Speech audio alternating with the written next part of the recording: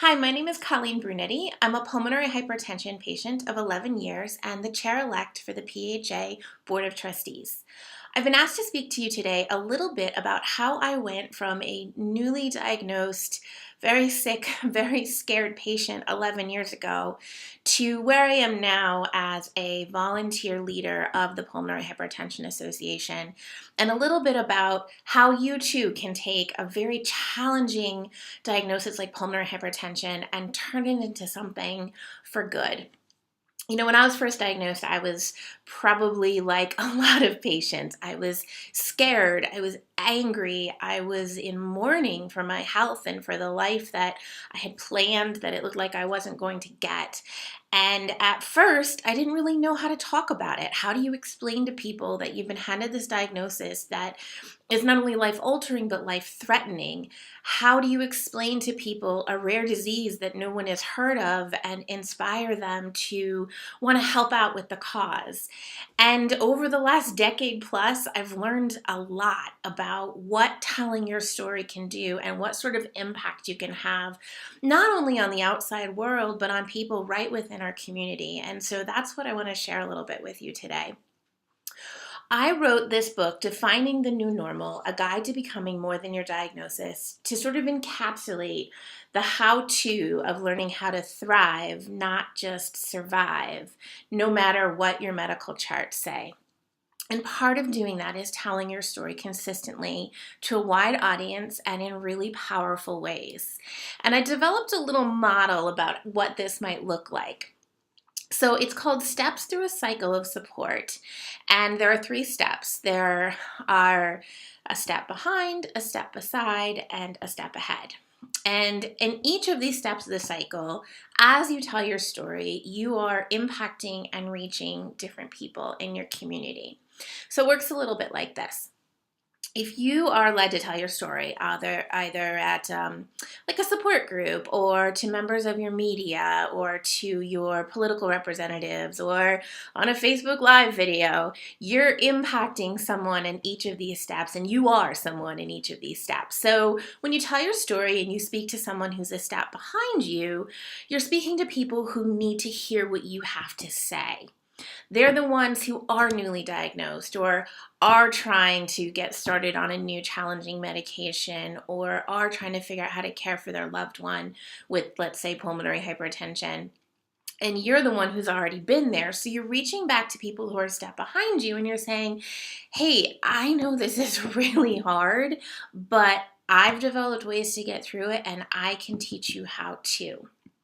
I know when I was first diagnosed, the people who were reaching back and telling me how they managed pulmonary hypertension were invaluable. They were the ones who probably saved me in those early days and taught me that while I was handed this diagnosis that was going to greatly impact the rest of my life, that I was also going to get through it, however long or in whatever way pulmonary hypertension looked for me, with grace and grit and determination, and there were a lot of strategies I could learn from them to do that. So that's when you're speaking to people who are a step behind. When you're speaking to people who are a step beside you, this is that exchange of information and an exchange of feelings where you look at someone, you go, oh my gosh, you too, you know exactly what I'm going through right now, you get it. And it's that shoulder-to-shoulder support that's so invaluable. When you're telling your story and you're speaking to people who are a step ahead of you, you're giving them an opportunity to complete this cycle. You are talking about where you are in your journey, and they're somehow a step ahead, and they can turn around and give you a hand up and pull you up with them. They're the ones who can turn back and say, I've been there and I know I can show you how to get through this. When you are the person who is a step ahead and you are sharing your story and you're reaching back and you're helping people who need to get to where you are, it's not only bringing the story full circle, but it's also really sort of cathartic.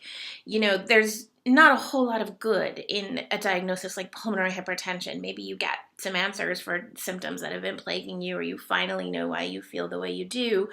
But being told you have this life-threatening illness can make the world feel pretty dark. And when you take that situation that you find yourself in and you use it to make the world a little bit of a better place for people around you, then you're making something good out of something challenging, and it's worth it in a way. So each time you tell your story, you are talking to people a step behind, a step beside, or a step ahead, and you too are within that cycle. You're always behind someone who's been there, you're always next to someone who's right where you are, and you're always ahead of someone who needs to kind of come up to where you are over time. And this cycle is sort of what keeps us going in our community. As I've told my story over and over again, it's opened up these incredible opportunities. I was sort of this soft-spoken elementary special education teacher who never imagined that I'd be talking to a room of 1,500 people, or testifying to the FDA, or approaching my senators and testifying with them on television. These are not things that I naturally was comfortable with, and certainly never imagined that I would be doing. But when I tell my story and it makes an impact not only on patients and caregivers and medical professionals in our community, but it starts to make an impact on the bigger world, then I know I'm in the right place.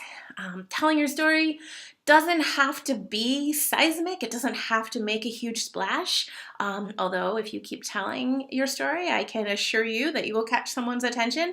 It doesn't matter if it's big or small, if you tell it in writing or tell it in video or tell it in a support group. What matters is that you are telling it, and that you are talking, and that you are reaching out to those around you no matter where they are. So whether you're a support group leader or a PHA friend answering the phone of a patient in crisis, or you're sharing your story on social media and out with the world, or you're a medical professional sitting there listening to us as people and not just patients and helping us along in our journey, know that your ability to share your story and to listen actively is making a difference in the community. In honor of Pulmonary Hypertension Awareness Month, as I do every year, I have made my book free on Kindle starting November 28th through December 1st. Please go to smile.amazon.com, choose the Pulmonary Hypertension Association as your charity of choice, and then go over and download the book for free. And please leave a review. I would love to know what you think of it. It's one more way that I can tell my story and continue giving back by giving the book away. So thank you for checking it out. Happy Pulmonary Hypertension Awareness Month, and we can't wait to hear from you.